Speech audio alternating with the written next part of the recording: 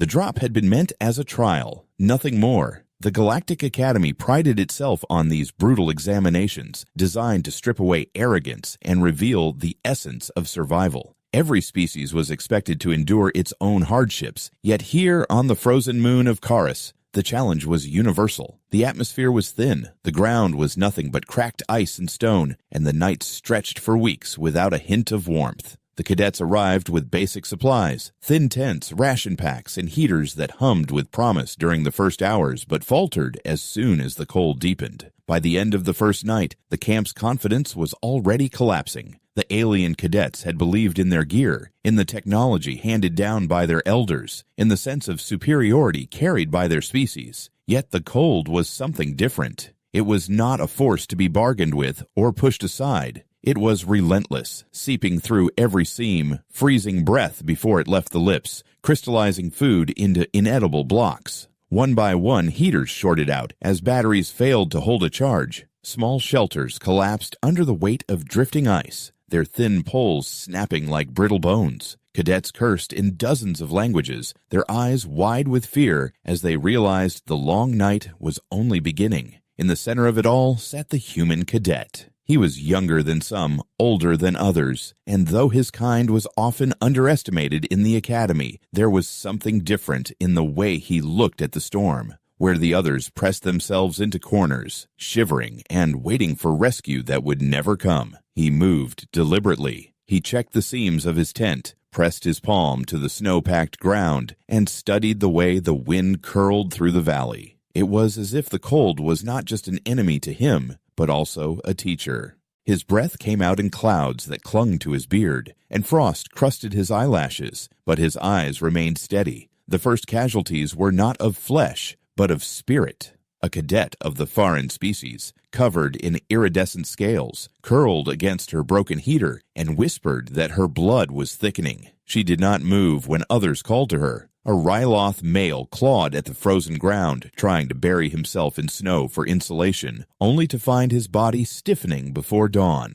Others tried to huddle in groups, but arguments broke out. Whose supplies should be shared, whose tent was stronger, whose life was worth saving. The cold magnified every weakness, every crack in unity, until silence spread across sections of the camp where voices had once been. The human walked through that silence, his boots crunching in the snow. He carried no extra gear, only the same basic ration packs and the same failing heater. Yet he did not waste his energy mourning the inevitable failures of technology. He had grown up listening to stories of winters in the mountains of his homeworld, where ancestors had survived without reactors or plasma shelters, and those stories guided him now. Instead of despairing, he began gathering. His hands sought out stones buried under drifts, his arms carried fallen branches carried by the wind, and his mind worked tirelessly to shape a plan. When the others saw him laboring, some mocked him. A Jari cadet sneered, her mandibles clicking, and asked what he hoped to build with scraps, when even advanced heaters could not last. He said nothing in response, only bent his shoulders to the task.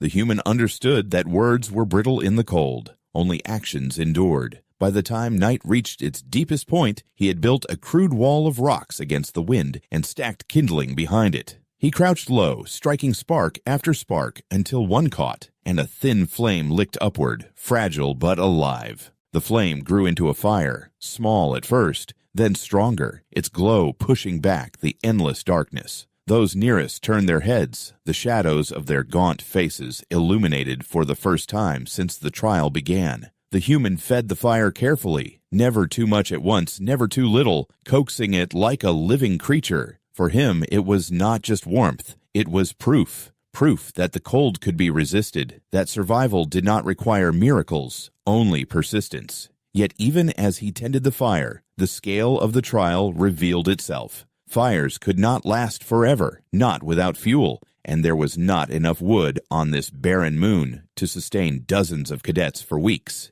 He knew that fire alone would not keep them alive. The real danger was not simply the frost, it was hunger. Rations were freezing into blocks so hard that even teeth could not break them. Aliens of delicate species, whose bodies required specialized nutrients, found themselves unable to chew or digest the icy mass. Some starved not because food was absent, but because it had become impossible to consume. The human studied his own rations and tested them by the fire. Slowly, steadily, he realized what could be done. The grains, though frozen, could be ground into powder with stones. Mixed with melted snow, pressed and heated against stone, they became edible again. The scent was faint at first, a charred edge of warmth rising through the camp, and cadets lifted their heads to follow it. The human chewed slowly, the warmth spreading into his chest, and his heart steadied. For now he ate alone, the others too proud or too distrustful to join him.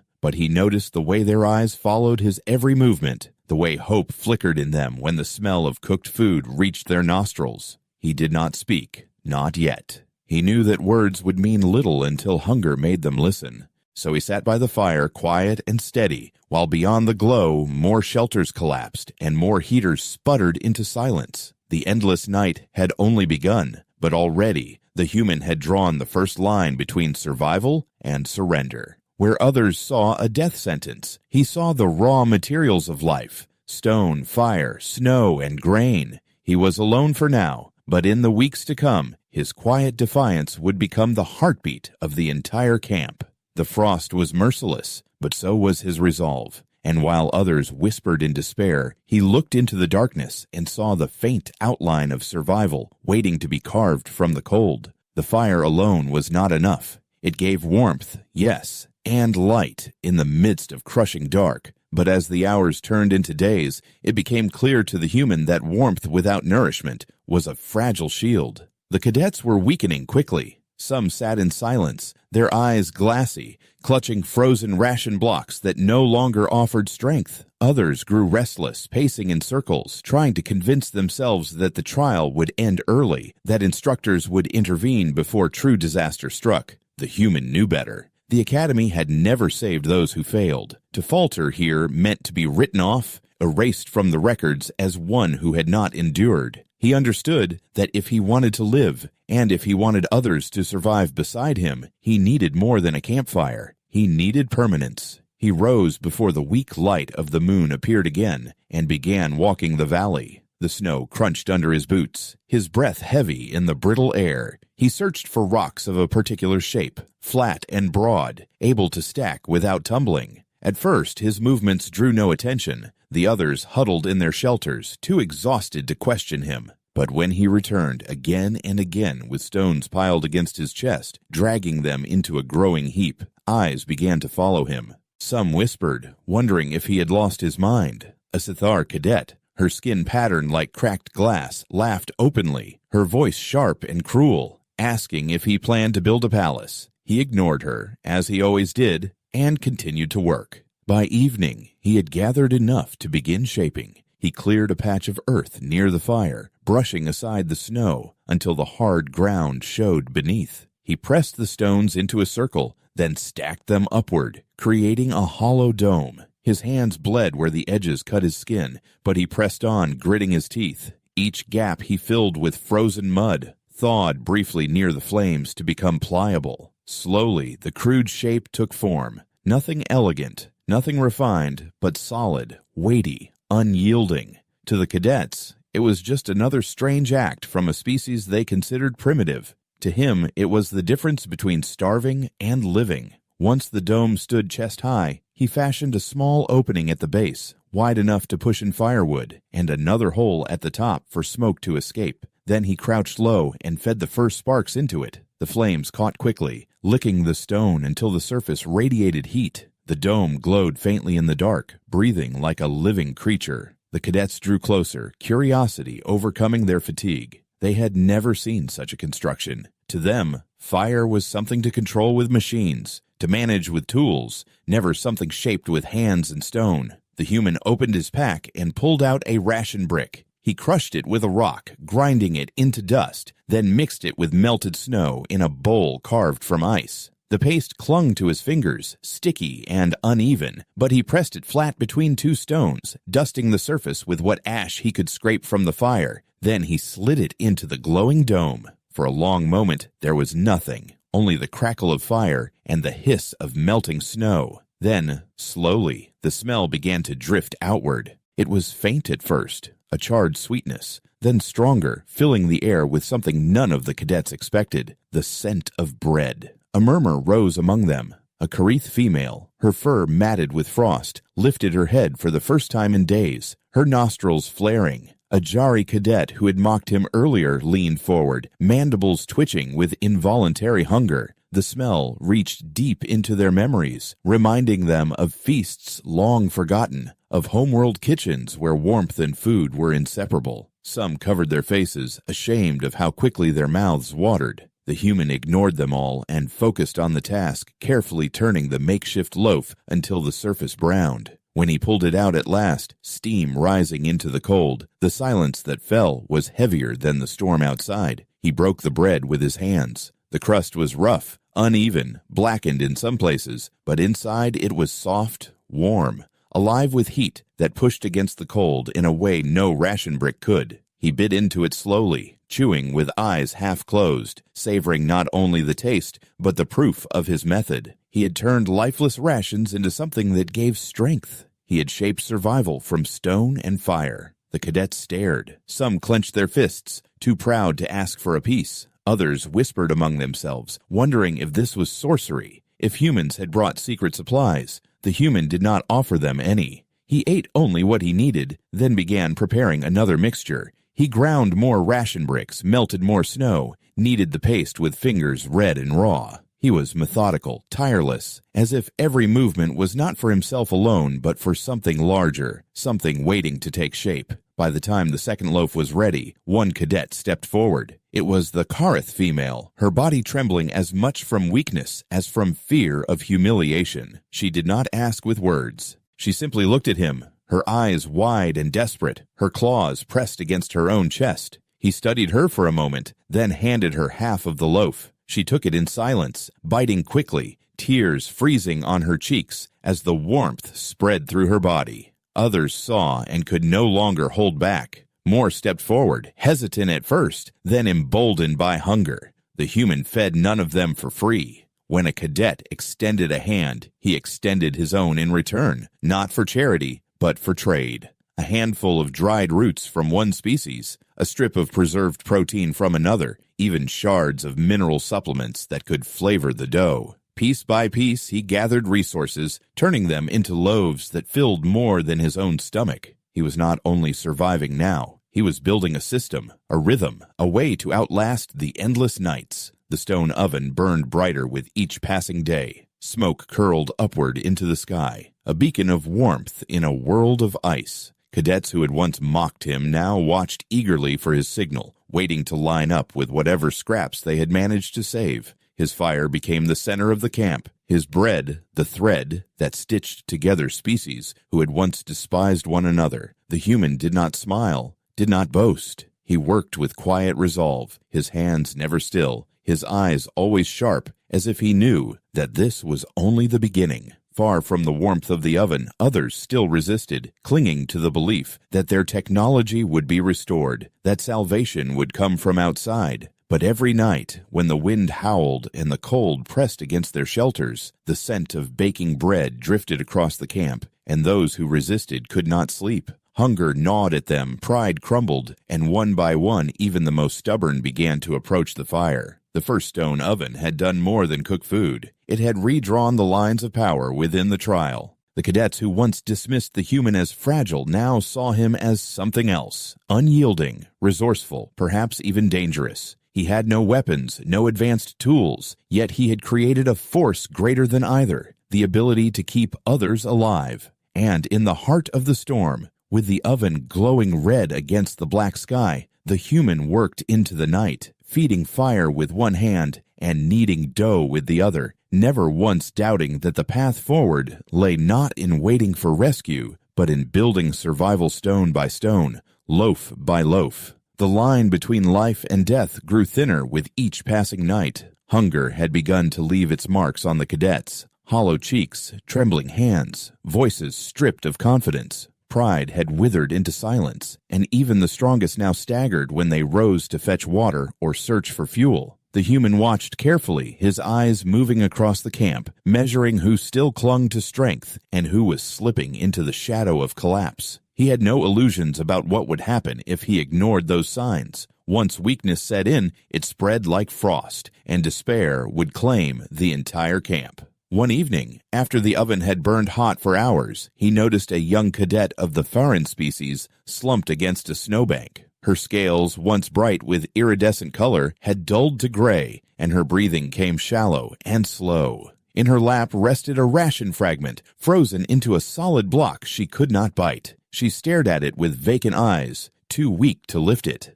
The human rose from his work, broke a loaf in his hands, and walked to her. Without a word, he pressed the warm bread into her claws. She blinked, uncertain, then bit into it with desperate hunger. Heat spread across her body, steam curling from her mouth as she chewed, and for the first time in days, life returned to her eyes. The gesture did not go unnoticed. From the edges of the camp, cadets stirred, whispering among themselves. Some had been too proud to approach, too consumed by rivalry to admit weakness, but now their pride was weighed against survival. One by one, shapes emerged from the dark, stumbling figures, bent with exhaustion, clutching scraps of roots, dried leaves, shards of mineral packs. They held them out as offerings, their faces marked with shame, but also with hope. The human accepted each gift with quiet nods, placing them into a pouch at his side. In return, he broke bread, pressing pieces into shaking hands. The camp began to shift. Where once silence ruled, now faint sounds filled the air. Chewing, sighs of relief, whispers of thanks. The oven glowed brighter as the human worked faster, his hands moving with steady rhythm. He ground roots into flour, mixed mineral shards into the dough, kneaded with palms red from the cold. His body ached from the labor, but he ignored the pain. Every loaf that emerged from the oven meant another life pulled back from the edge. Not everyone came willingly. A Sithar cadet stood apart, his skin glowing faintly in the firelight, his eyes sharp with disdain. He had been one of the loudest voices mocking the human before, and pride still held his tongue now. But the human saw the tremor in his arms, the way he shifted on unsteady legs. The human did not call him forward, did not shame him with words. Instead, when the next loaf emerged, he walked to the cadet and tore it in half. He pressed a piece against the cadet's chest. For a moment, the alien froze, his jaw tightening as if to refuse, but hunger betrayed him. His fingers closed around the bread, and he ate in silence, eyes lowered. That single act broke the last barrier. Even those who had sworn never to rely on another species now stepped forward. A Riloth female, once arrogant in her strength, bent her head low as she offered the human a strip of dried meat. A Karith male with frostbitten paws held out a handful of berries he had hidden. Each trade was different, but each ended the same, with the human pressing bread into hands that no longer trembled from cold alone. The weak were not only fed, they were restored. Warmth returned to their bodies, and with warmth came voices. Around the oven, quiet conversations began, halting at first, then stronger. Stories of homeworlds were shared, of suns that burned hotter, of seas that never froze. Laughter even rose once, fragile but real, carried on the smoke into the night sky. The human did not join in the laughter. He remained focused, kneading dough, tending fire, shaping stone, but he listened. He knew that what had begun as survival was becoming something else, a community. Days blurred together, measured not by light, but by the rhythm of the oven. Morning brought the first loaves, shared among those who had bartered through the night. Evening brought more, built from the scraps gathered on scavenging runs. The weakest cadets, once abandoned at the edges of the camp, now sat closest to the fire, their strength slowly returning. The human kept them near, feeding them first, for he understood a truth the others had not yet grasped. Those who had almost died were now the most loyal, the most determined to protect what had saved them. But with survival came tension. Not every cadet was willing to accept the human's quiet authority. A Jari male, tall and sharp-eyed, began to speak against him, whispering that the human was hoarding power, that the bread was a chain to bind them. His words spread quickly, carried on the hunger that still lingered in many bellies. The human heard the whispers but did not answer them. Instead, he worked harder, producing more bread, giving more than he kept for himself. His silence was his argument, and the loaves were his proof. One night, the Jari male challenged him openly. He approached the oven, his mandibles snapping in anger, and accused him of using food as a weapon. The camp fell silent, all eyes on the confrontation. The human looked up from the dough, his face expressionless. Without a word, he picked up a steaming loaf and placed it into the Jari's hands. The alien hesitated, caught between anger and hunger, then tore into it. The crowd murmured, the challenge broken not by words, but by the undeniable truth of survival. The human understood then that bread was more than sustenance. It was power. It was influence. And yet, he did not wield it like a weapon. He gave freely, bartered only when he must, and shared even with those who cursed his name. He knew that true strength was not in taking, but in giving, and that lesson began to take root in the camp. Cadets who had once hidden their scraps now brought them openly, placing them in a pile near the oven. The human took each gift and turned it into something greater, feeding all without hesitation. The weakest cadets, once marked for death, became symbols of endurance. A Farron girl who had nearly frozen now helped grind rations into flour. A Reloth boy who had collapsed days earlier now carried stones for the oven. Each act of recovery was a quiet defiance against the storm,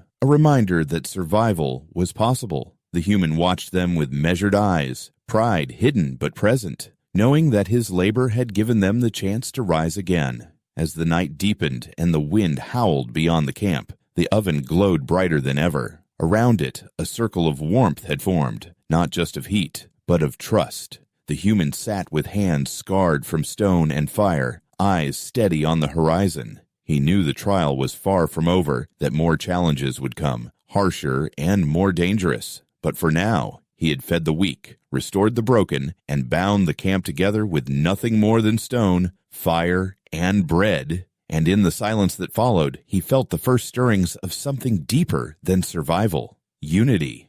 The nights had begun to change. What was once a wasteland of silence and dying embers had transformed into something alive. Smoke no longer rose from only one place, but from many. Guided by his example, the cadets started to build ovens of their own. Some were crude piles of stone, others neat domes carefully shaped, but each one glowed with fire. Each one became a small beacon in the dark. What had once been a scattered camp of failing shelters grew into something closer to a village, a cluster of warmth carved out of the endless frost. The human walked among the ovens often, not as a master, but as a guide. He offered a wordless gesture to correct a misplaced stone, or he crouched to demonstrate how to stack fuel to keep the heat steady. Those who had once mocked him now watched with respect, even awe, as he moved from fire to fire. He carried no authority by command, only by presence, and the cadets followed his silent rhythm. The ovens did more than provide food.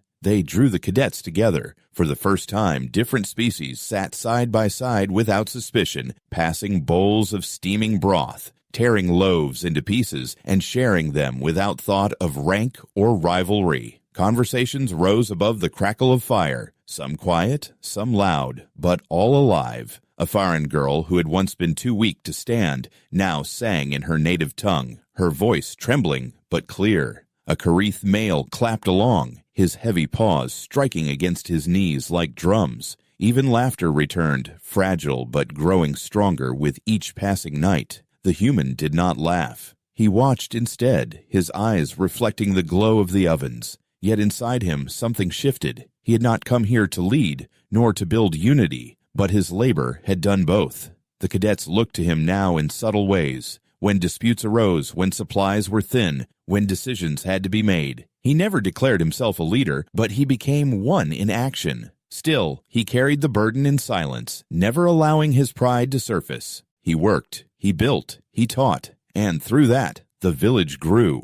Not all were at peace. The harshness of the world had left deep scars, and anger still simmered beneath the surface. Some cadets hoarded scraps, reluctant to share, convinced that generosity was weakness. A Reloth male tried to steal from the common pile of gathered food, only to be caught by a Sithar female who dragged him before the fire. Voices rose, claws and fists clenched, and for a moment the fragile unity threatened to shatter. The human stepped between them. He held out 2 loaves, one in each hand, and broke them in half. Without a word, he placed the pieces into the hands of both. The tension dissolved into silence. Neither cadet spoke, but both ate, their anger swallowed with the bread. The message was clear. Survival was not about conquest, but about sharing. The ovens became more than tools. They became symbols. Each fire represented resilience. Each loaf proof that despair could be turned into hope. The cadets began to decorate them, carving marks into the stone or stacking them in shapes that reflected their cultures.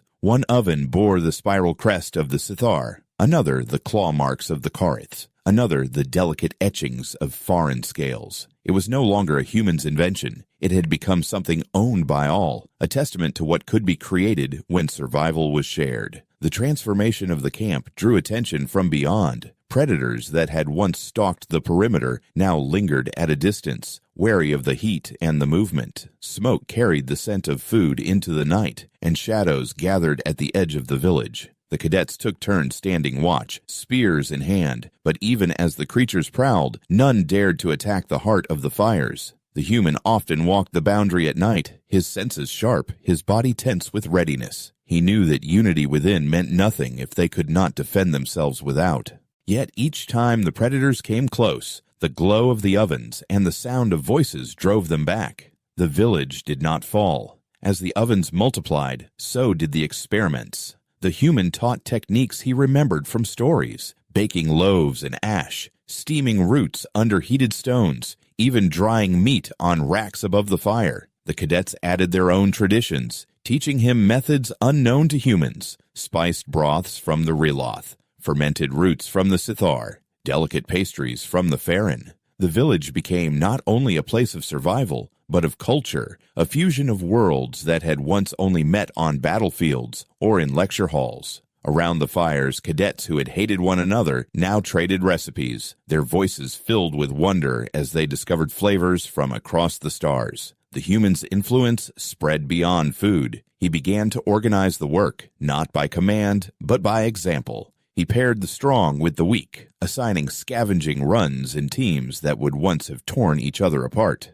A Sithar male and a Karith female, natural rivals, returned from one such run carrying wood together, their laughter echoing through the snow. When disputes arose, the cadets resolved them through labor, competing to build the best oven or to gather the most fuel, rather than through violence. The human watched it unfold, understanding that survival was no longer enough. The cadets were learning something greater, how to live together. Yet with every success came new challenges. Supplies dwindled, and the cadets had to push farther into the frozen wastes to find what they needed. Some returned with frostbitten limbs. Others did not return at all. Grief hung heavy over the fires on those nights, silence replacing laughter, but the ovens continued to burn. The human made sure of it. He worked longer, harder, often giving his own share to those who mourned. He carried no words of comfort, only actions, and the cadets understood. The village grew stronger through hardship. Each oven that glowed in the night was a defiance against the storm, each loaf a reminder that life endured. The human moved among them, scarred hands steady, eyes clear, his presence the quiet center of it all. He had not chosen this role, but he bore it with unyielding will. In his heart, he knew the trial was not simply about enduring the cold, it was about proving that unity could turn death into survival. As the longest night neared its end, the camp no longer resembled the broken assembly that had first arrived. It had become a true settlement, a place where voices rose together, where survival was not individual but shared. The cadets had stopped counting the days, stopped praying for rescue.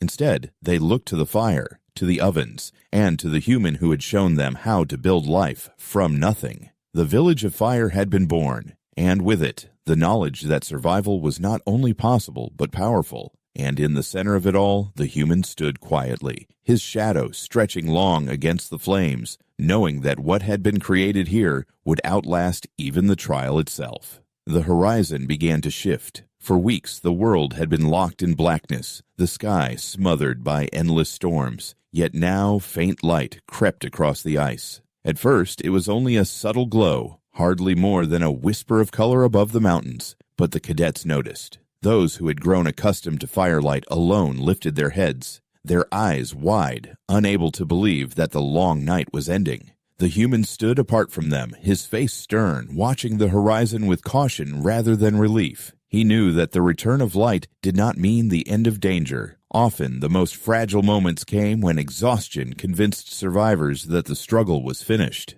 He did not allow that illusion. As dawn advanced, the camp stirred with energy that had long been absent. The ovens glowed as usual, but now voices carried further, echoing across the frozen valley. Some cadets began to talk about returning to their homelands, about how this trial would be remembered. Others, emboldened by light, spoke of new challenges, eager to test themselves against fresh obstacles. The human listened, but said little. He was not yet ready to look ahead. He wanted first to ensure that all who remained reached the end of this trial alive. He began with the weakest. He moved from shelter to shelter, checking those who still carried frostbite wounds, those whose strength had not fully returned. He pressed bread into their hands, urged them to eat slowly, reminded them with simple gestures that survival required steady effort, even when hope seemed secure. Some looked at him with gratitude, others with quiet reverence, but he accepted neither. His satisfaction came only from seeing them rise on trembling legs, proving that life remained within them. As the sun finally broke over the ridge, golden light flooding the snow, the full extent of the camp revealed itself. The ovens stood like monuments, smoke rising into the sky in twisting banners. Around them, paths had formed where cadets had trudged for weeks, worn into the ice until they resembled streets. The human saw clearly now what his work had created, not just survival, not merely endurance, but a true community. It was something more than any one species had expected. It was proof that necessity could forge unity out of division. The instructors arrived soon after, their ships descending through the pale light. The cadets rushed to meet them, voices raised, eager to tell their stories, to show how they had endured. But the instructors did not look first to the cadets. Their eyes fell on the village, on the ovens burning in rows, on the smoke that curled into the morning sky. The sight left them silent. Never in the history of the trial had such a thing been seen.